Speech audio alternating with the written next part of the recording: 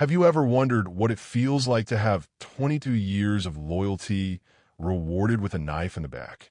My name is Franklin Ross. I'm 61 years old, and I thought I knew everything about corporate politics until the day my trusted CFO trapped me in his office with a contract that would change my life forever. He smiled while cutting my salary by 30%, claiming our company was struggling through tough economic times. But something about his expensive watch and that mysterious text message on his phone told a completely different story. What I discovered next would either destroy my career completely or give me the power to bring down the most corrupt executive I'd ever encountered. But which one would it be?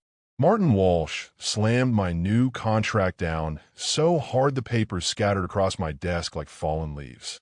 The numbers on that document would change everything I thought I knew about loyalty and fairness at work.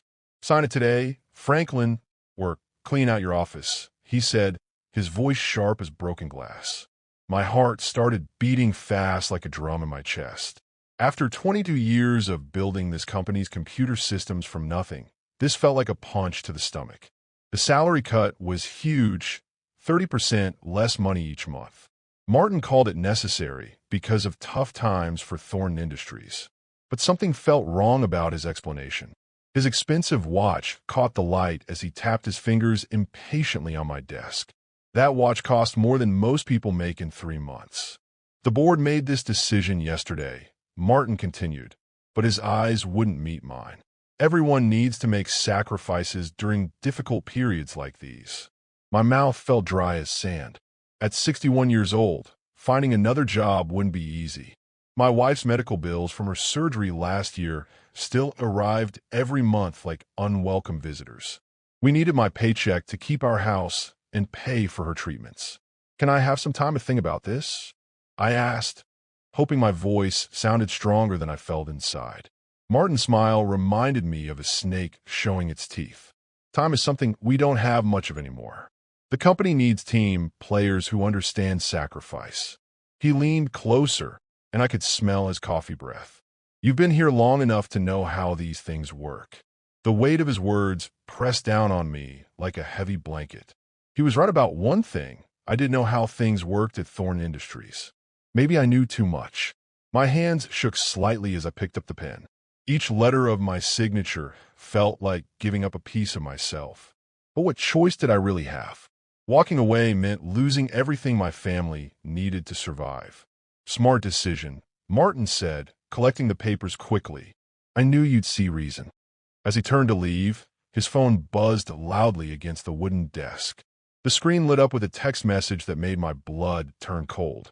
The words Colorado Mountain House, final payment approved glowed on the display next to a dollar amount that made my head spin. Martin grabbed his phone fast, but not fast enough.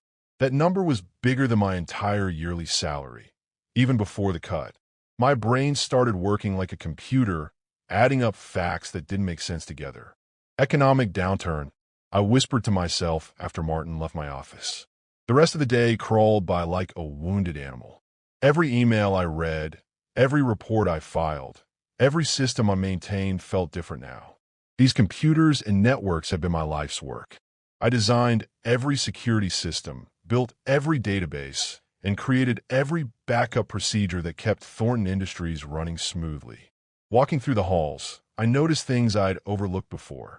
New artwork hung on the walls near Martin's office. Expensive pieces that probably cost thousands of dollars. The executive parking lot had 3 new luxury cars that gleamed like jewels under the afternoon sun. Other employees looked at me differently too. Word traveled fast in our building, and everyone knew about salary cuts affecting senior staff members. Some co-workers offered sympathetic smiles, while others avoided eye contact completely. Nobody wanted to be next on Martin's list. During lunch, I sat alone in my car, staring at the revised contract. The legal language tried to hide the truth, but the message was clear: accept less money or find the door. Martin had trapped me perfectly, using my age and family situation like chains around my ankles. But something nagged at my thoughts like a persistent itch. The company's financial reports crossed my desk every month as part of my technology oversight duties. Those numbers told a different story than Martin's tale of economic hardship. Sales were actually up compared to last year, and our biggest clients had renewed their contracts recently. My phone rang, interrupting my dark thoughts. The caller ID showed my wife's number. "How did the meeting go?" she asked, her voice full of hope and worry mixed together. "They offer me a new position," I said, choosing my words carefully. Same job, different pay structure. The silence on the other end lasted forever. Finally, she spoke again. "We'll figure this out together, like we always do." Her faith in me hurt worse than Martin's threats. She trusted me to provide for our family, to be strong when everything fell apart. But sitting in that parking lot, contract in hand, I felt smaller than I'd ever felt before. Evening brought no relief from the storm in my mind. At home, I helped my wife with her physical therapy exercises, each movement a reminder of why I couldn't afford to lose my job. The medical bills stacked on our kitchen table looked like a mountain we'd never climb.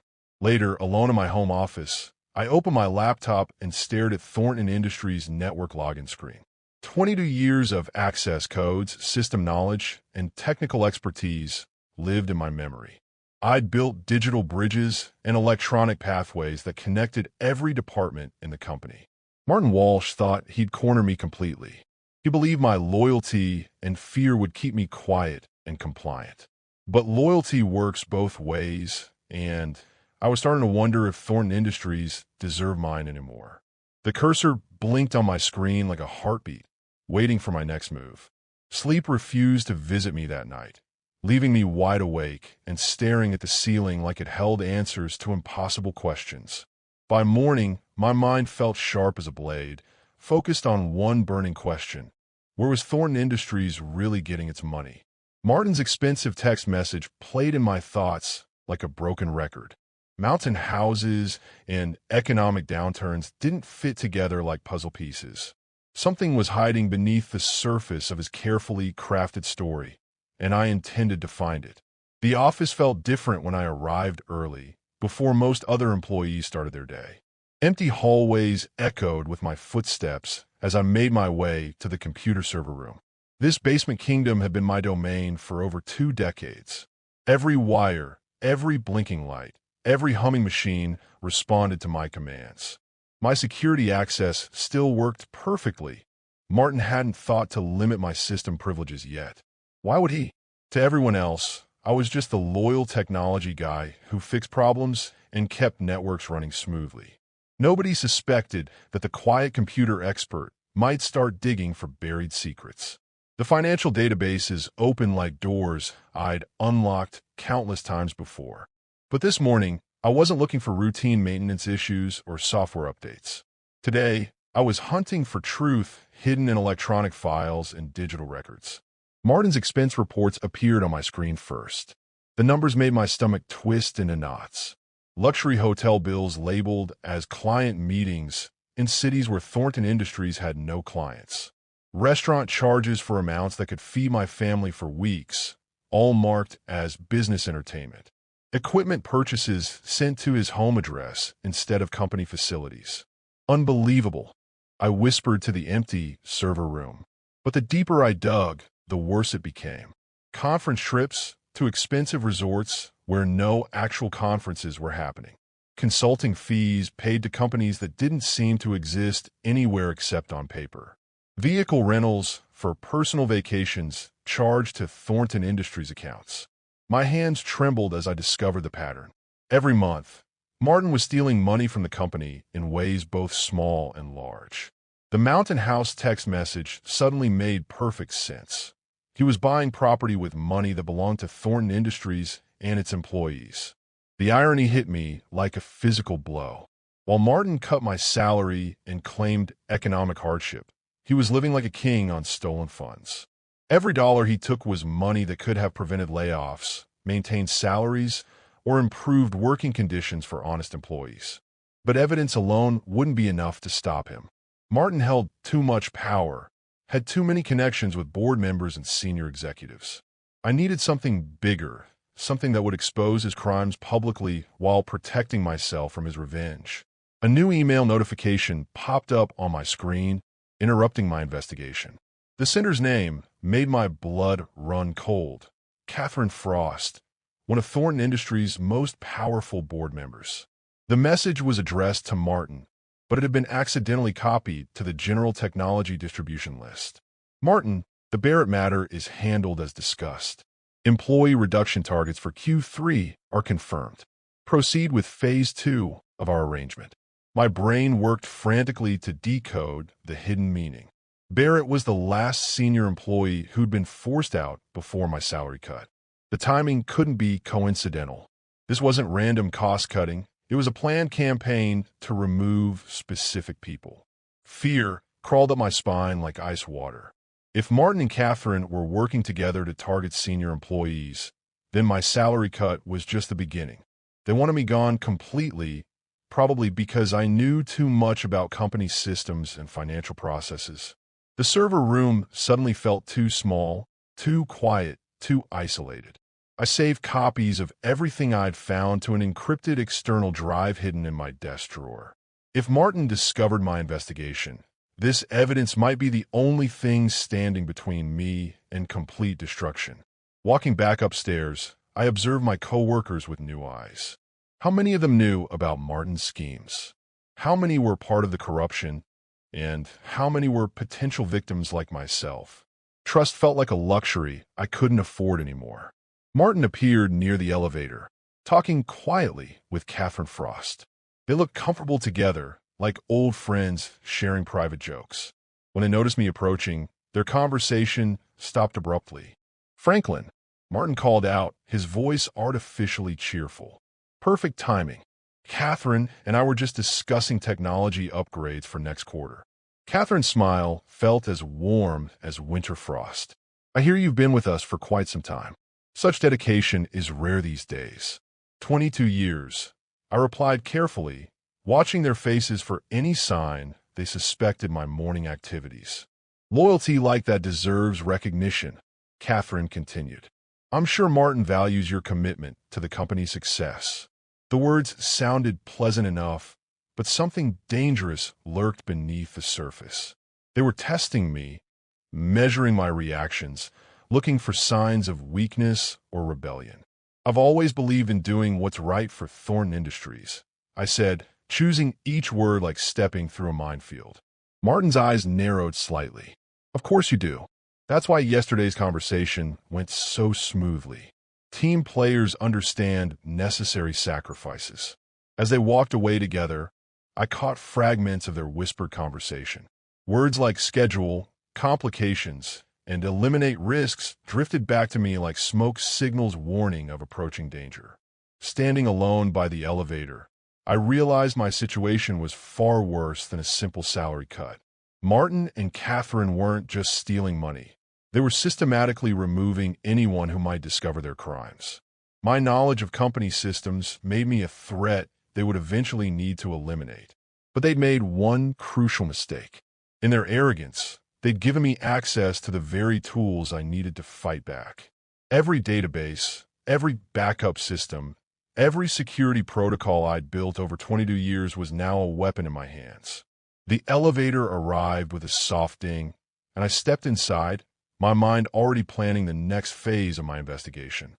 Martin Walsh thought he'd trapped me, but he was about to learn that cornering a computer expert with nothing left to lose was the most dangerous mistake he could make. The doors closed, and I smiled for the first time since yesterday's devastating meeting. My hands were shaking so badly I could barely hold my coffee mug as I sat in my car during lunch break, staring at the evidence I printed out that morning. Martin Walsh had stolen over $2 million from Thornton Industries in the past 3 years alone. $2 million that could have prevented every salary cut, every layoff, every difficult decision he'd forced on hardworking employees. My anger felt like fire burning in my chest, spreading through my whole body until I wanted to scream. Instead, I did something much more dangerous. I started planning his downfall. The parking garage felt like the perfect place to think without Martin's watchful eyes. Other employees walked past my car, heading back to work after their lunch breaks, completely unaware that their CFO was a criminal. They trusted him to manage company money while he robbed them blind. My phone buzzed with a text from my wife asking how my day was going. Fine, I typed back, though nothing about this situation was fine. She didn't need to worry about my growing obsession with exposing Martin's crimes. Her medical treatments required all her energy and focus. But sitting there in the dim garage lighting, I realized something important. This wasn't just about my salary cut anymore. Martin was hurting every person who worked at Thornton Industries. Every stolen dollar came from money that should have been used for employee benefits, better equipment, or job security. The evidence I'd gathered was solid, but I needed more than financial records to destroy someone with Martin's power and connections. Board members like Catherine Frost would find ways to explain away expense reports and accounting irregularities. I needed something that would expose their crimes publicly and permanently. That afternoon, I volunteered to help with the quarterly board presentation scheduled for next week. Martin always relied on me to handle the technical aspects, computer projectors, backup systems, and presentation software. He trusted me completely because I've been doing these presentations for 15 years without any problems. Excellent thinking, Franklin, Martin said when I offered my services. Your experience with our systems is invaluable during important meetings. His praise felt like poison in my ears. Every compliment was another reminder of how he'd used my loyalty against me, cutting my salary while stealing company money for luxury purchases. But Martin's trust would become his biggest mistake. The presentation system I designed included features he didn't understand: hidden backup drives, automatic recording capabilities, and remote access protocols that only I knew how to operate. Walking through the office later that day, I noticed other employees whispering in small groups near the coffee machine and copy room. Word was spreading about more planned layoffs and additional salary cuts. Martin's economic difficulties story was creating fear and uncertainty throughout the entire company. Tom Clark from accounting approached me near the supply closet.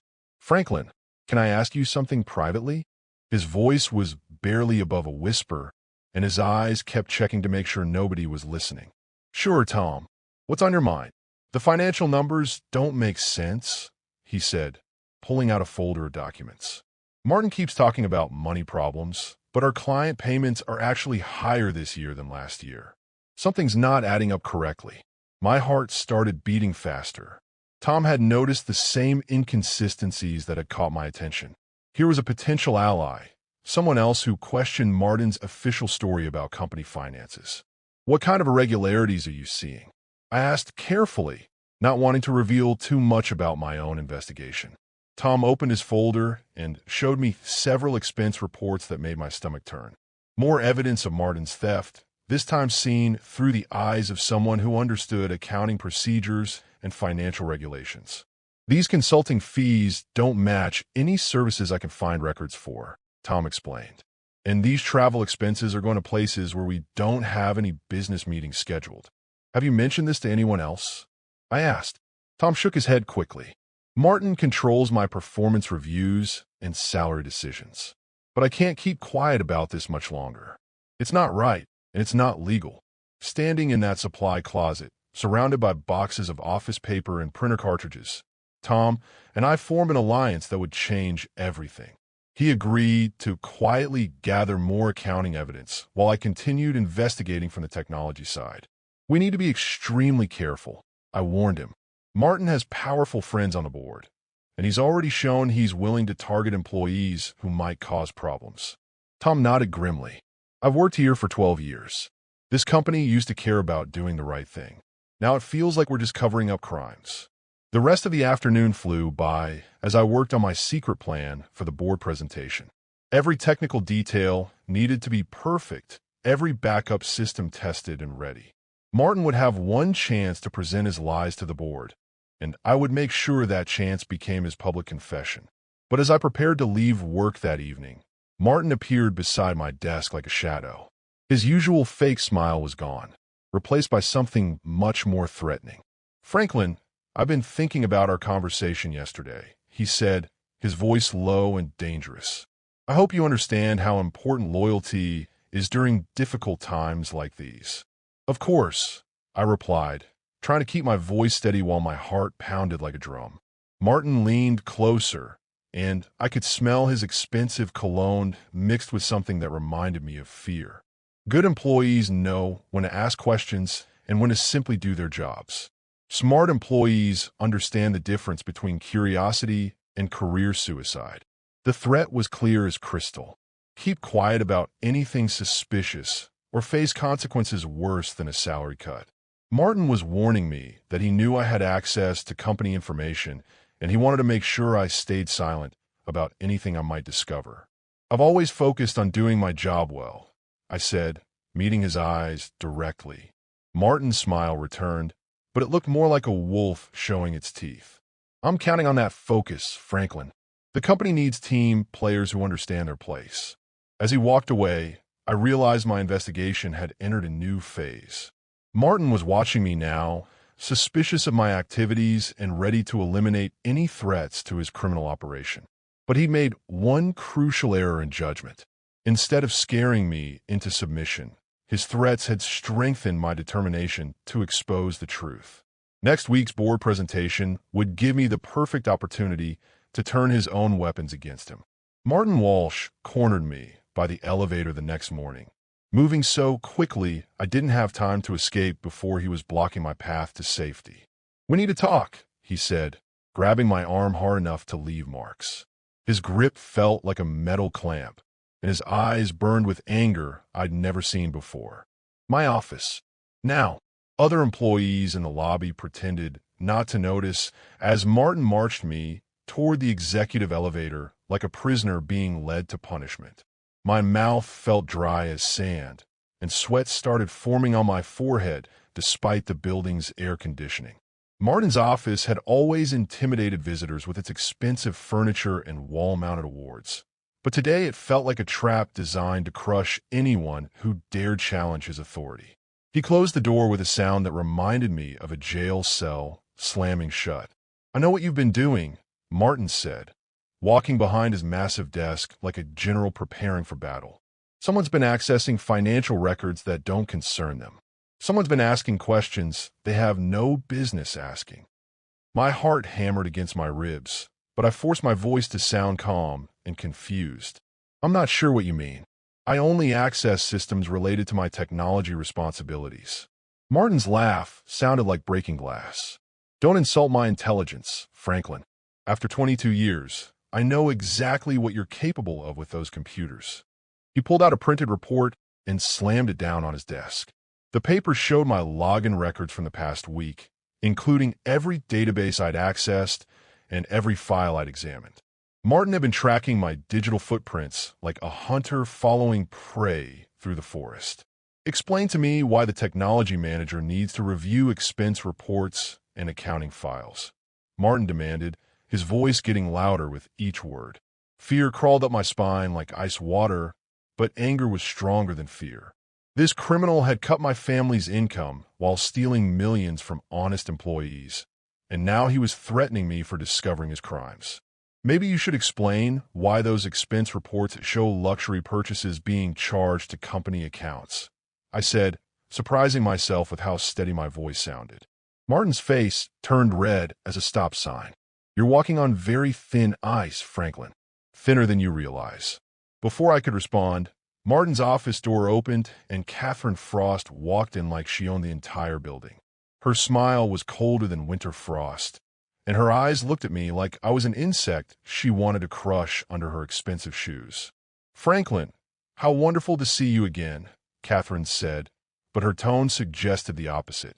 "Martin and I were just discussing your future with Thornton Industries." The two of them stood together like partners in crime, which I now knew they actually were. Martin moved closer to my chair, using his height to intimidate me, while Catherine remained by the door like a guard preventing my escape. "Your employment contract includes several interesting clauses," Catherine continued, pulling out a thick folder of legal documents. "Violations of company security protocols, unauthorized access to confidential information, and breach of trust can result in immediate termination without severance pay." My blood turned to ice water. They were threatening to fire me and leave my family with no income at all. Worse, they could probably make sure I never found another technology job in our city by spreading lies about security violations and professional misconduct. We're not unreasonable people, Martin added, sitting on the edge of his desk like a predator ready to pounce. Employees who understand their limits and respect boundaries can have long, successful careers here. But employees who overstep those boundaries, Catherine finished, find themselves facing very serious consequences. The room felt smaller and smaller as they continued their carefully orchestrated threats. They'd planned this confrontation together, probably the night before, deciding exactly how to intimidate me into silence about their criminal activities. But while they threatened me, I was recording everything on my phone hidden in my jacket pocket. The device was small enough to avoid detection, and the audio quality would be clear enough to use as evidence if necessary. I understand, I said, pretending to surrender while the recording app captured every threatening word they spoke. Martin's smile returned as he mistook my response for genuine submission. I knew you'd see reason. Smart employees always do. The company values your technical skills, Catherine added, but loyalty is even more important than competence. We need to know our team members can be trusted completely. They continued their threats for another 10 minutes, making it clear that any further investigation on my part would result in my immediate destruction. Martin described how he could blacklist me from every technology company in the region, while Catherine explained the legal troubles I'd face if they decided to press charges for security violations. But every threat was another piece of evidence recording on my phone. Every criminal word was building the case that would eventually destroy them both. When they finally released me from that suffocating office, I walked straight to the bathroom and locked myself in a stall. My hands were shaking so badly I could barely operate my phone to stop the recording and save it to my encrypted storage drive. The audio file was perfect. Martin and Catherine had basically confessed to running a criminal conspiracy while threatening an employee who'd discovered their crimes. No jury in the world would believe their threats were anything other than attempts to cover up theft and fraud. But I needed more than just their threats. The board presentation was still 5 days away, and I needed additional evidence to make their guilt absolutely undeniable. That afternoon, I reached out to Tom Clark through the company's internal messaging system. Need to discuss project timeline. Conference room B at 3:30. The innocent message would look like routine work communication to anyone monitoring our electronic correspondence. Tom arrived early, looking nervous but determined. I found more irregularities, he whispered, handing me a new folder of financial documents. These are worse than anything we discovered before. The new evidence showed Martin had been stealing money for nearly 5 years, not just the 3 years I'd originally calculated.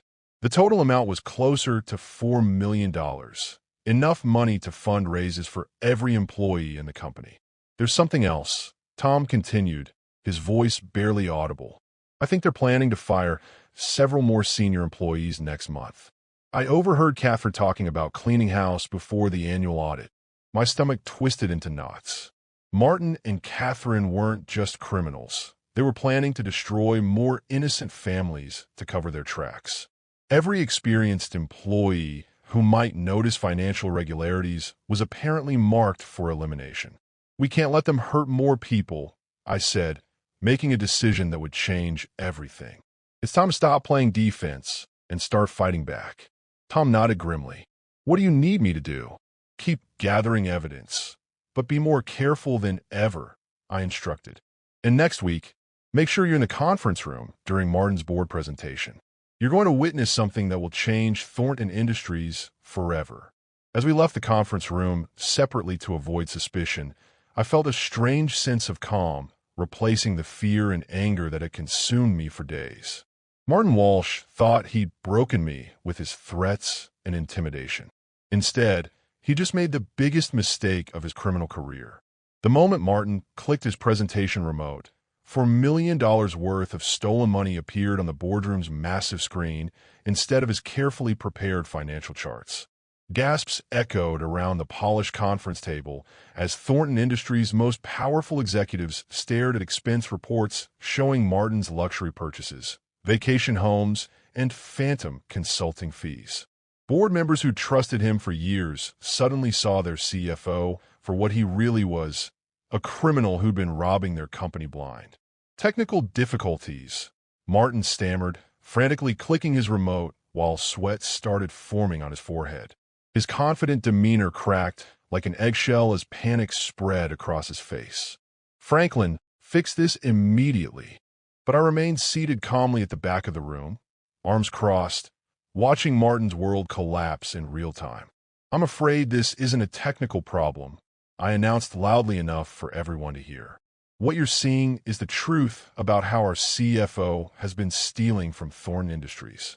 Catherine Frost jumped up from her chair like someone had set it on fire. This is completely inappropriate.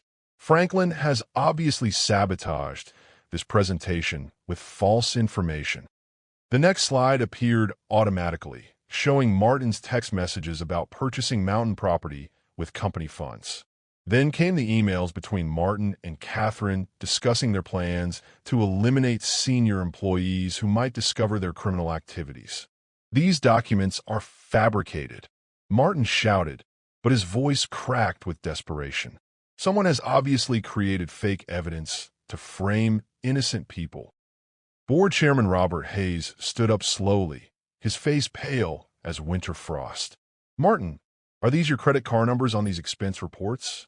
I can explain everything, Martin said, but the words came out weak and unconvincing. There are perfectly reasonable explanations for these charges. The presentation continued relentlessly, displaying bank records I traced through careful investigation over the past 2 weeks. Every stolen dollar was documented with dates, amounts, and receipts that proved Martin had been using company money for personal luxury purchases. Tom Clark entered the conference room carrying 3 boxes of additional financial evidence we'd gathered together. His timing was perfect. Just as Martin tried to claim the electronic records were somehow faked, Tom provided hard copies of the same information printed directly from Thornton Industries' accounting systems. These are the original documents from our financial database, Tom announced, setting the boxes on the conference table. Every transaction is verified and cross-referenced with bank statements and credit card records. Catherine made a desperate attempt to regain control of the situation. This is clearly a coordinated attack by disgruntled employees who are angry about necessary budget cuts. But her words were drowned out by murmurs of shock and anger from other board members who were finally seeing the scope of Martin's theft. Years of stolen money, fraudulent expenses, and criminal conspiracy were laid bare in undeniable detail. There's more, I said, pulling out my phone and connecting it to the presentation system. This recording was made 3 days ago in Martin's office. Martin's face turned white as his own voice filled the conference room, threatening to destroy my career and blacklist me from every technology company in the region. Catherine's voice joined his, explaining how they could fabricate security violations and press false charges against employees who discovered their crimes. You recorded private conversations without permission. Catherine shrieked, but her protest sounded hollow and desperate. Actually, said board member Patricia Williams, who happened to be a retired attorney, recording conversations is legal when those conversations involve criminal threats and intimidation of employees. The audio continued playing Martin's threats while board members exchanged horrified glances. These weren't the voices of innocent executives defending company interests. These were criminals conspiring to cover up theft and threatening witnesses who might expose their crimes. Martin tried one last desperate escape attempt, gathering his papers and heading toward the conference room door. I don't have to listen to these baseless accusations. My attorney will handle this situation appropriately. But Robert Hayes blocked his path with surprising authority for a man in his 70s. Martin, you're not leaving this room until we've reviewed every piece of evidence and contacted our legal department. Security guards appeared in the doorway, as if they'd been waiting for this exact moment. I'd quietly alerted building security before the meeting, explaining that we might need assistance maintaining order during a sensitive board presentation. Escort Mr. Walsh and Ms. Frost to separate offices, Robert instructed the guards. Make sure they don't have access to computers, phones, or company documents until our attorneys arrive. Catherine made one final attempt to shift blame away from herself. I was only following Martin's recommendations. I had no idea about any financial irregularities. The presentation's final slide destroyed her last hope of escape. Email records showed Catherine had initiated many of the fraudulent transactions herself, including consulting fees paid to companies she secretly owned through shell corporations. These emails are dated 6 months before Martin's first suspicious expense report. I explained to the stunned board members. Catherine was actually the mastermind behind this criminal operation.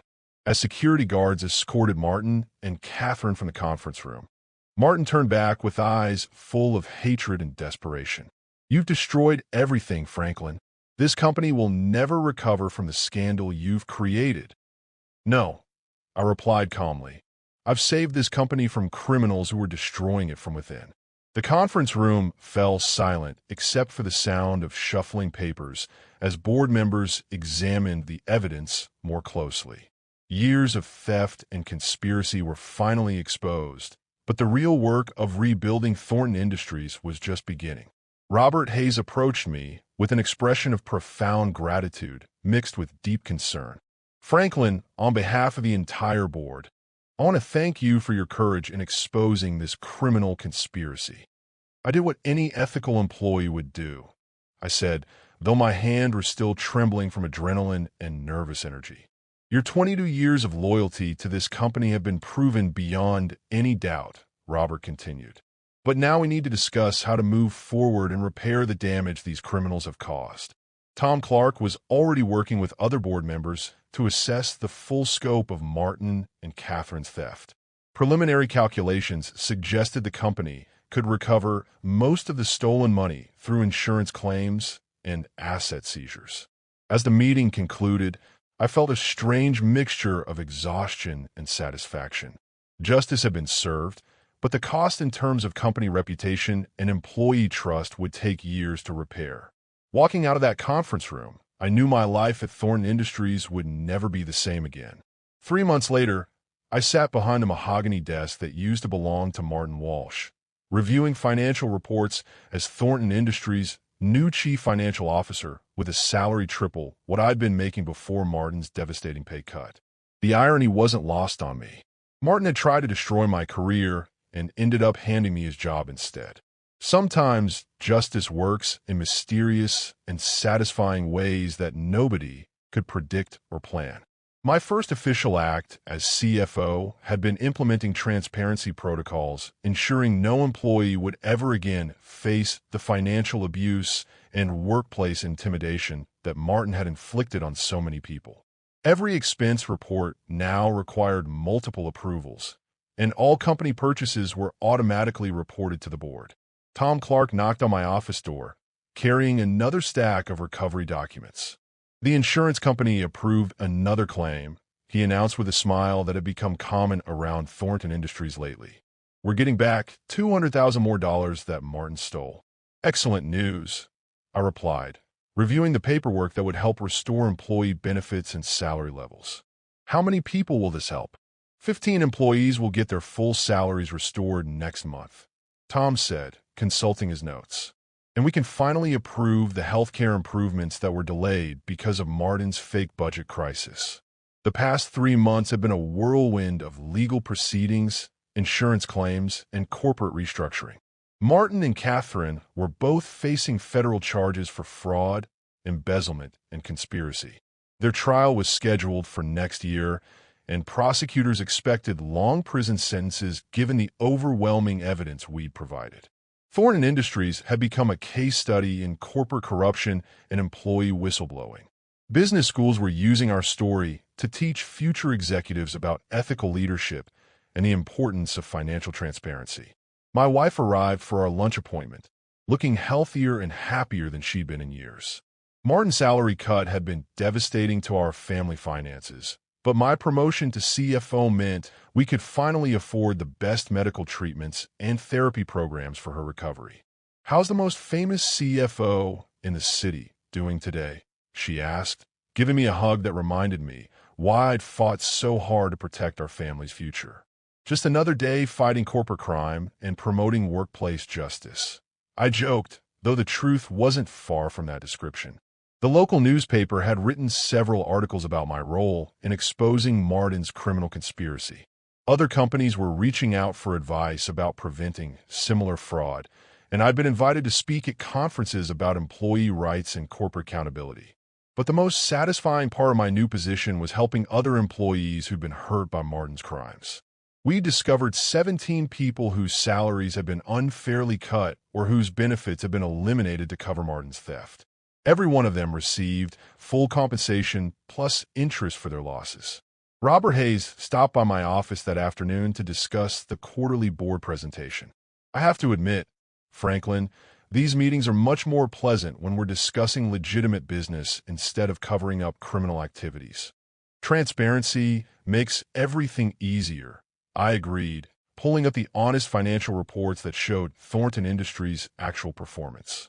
When everyone knows the truth, we can make better decisions for the company and its employees. The numbers were impressive. Without Martin's criminal drain on company resources, Thornton Industries was posting record profits and expanding into new markets. Employee morale had improved dramatically once people learned their job insecurity had been caused by theft rather than legitimate business problems. Catherine Frost's replacement on the board was Maria Santos, a former federal prosecutor who specialized in corporate crime prevention. Her first recommendation had been implementing even stronger oversight procedures to prevent future financial abuse. I never want to see another Martin Walsh situation in any company I'm involved with, Maria had said during her first board meeting. Employee protection and financial transparency aren't just good business practices, they're moral imperatives. My phone buzzed with a text message from Martin's former assistant, who'd been promoted to assistant controller after helping expose his criminal activities. Final insurance claim approved. We recovered everything. The total recovery amount was staggering, nearly $5 million in stolen money, fraudulent expenses, and related damages. Martin and Catherine's assets have been seized to pay restitution, including the mountain house that Martin had purchased with company funds. But the real victory wasn't financial. Thornton Industries had transformed from a company where criminals could abuse employees and steal money into an organization that prioritized ethical behavior and employee protection. Walking through the office that evening, I noticed how different the atmosphere felt compared to Martin's reign of fear and intimidation. Employees were smiling, collaborating openly, and focusing on productive work instead of worrying about arbitrary salary cuts or job eliminations. Tom Clark was still at his desk, working on next quarter's budget projections. "These numbers look amazing," he called out as I passed by. "When we're not supporting criminal lifestyles, we have plenty of money for employee benefits and business growth." "Funny how that works," I replied, thinking about all the lessons I'd learned during this incredible journey from victim to victor. At home that night, I sat in my study looking at the employee handbook I was writing for other companies facing similar situations. The chapter titles included recognizing financial fraud, documenting evidence safely, and building strategic alliances with colleagues. My wife found me there, still working on ways to help other employees who might be facing workplace abuse and corporate crime. "You know," she said, "I'm proud of what you accomplished, but I'm even prouder of why you did it." "Why is that?" "You didn't just fight for yourself," she explained. "You fought for everyone Martin was hurting. That's what real leaders do." 6 months ago, I've been a trapped employee facing financial ruin because of a criminal boss. Today, I was a corporate executive dedicated to preventing other families from experiencing that same nightmare. Sometimes the best revenge isn't getting even. It's becoming everything your enemies never wanted you to be.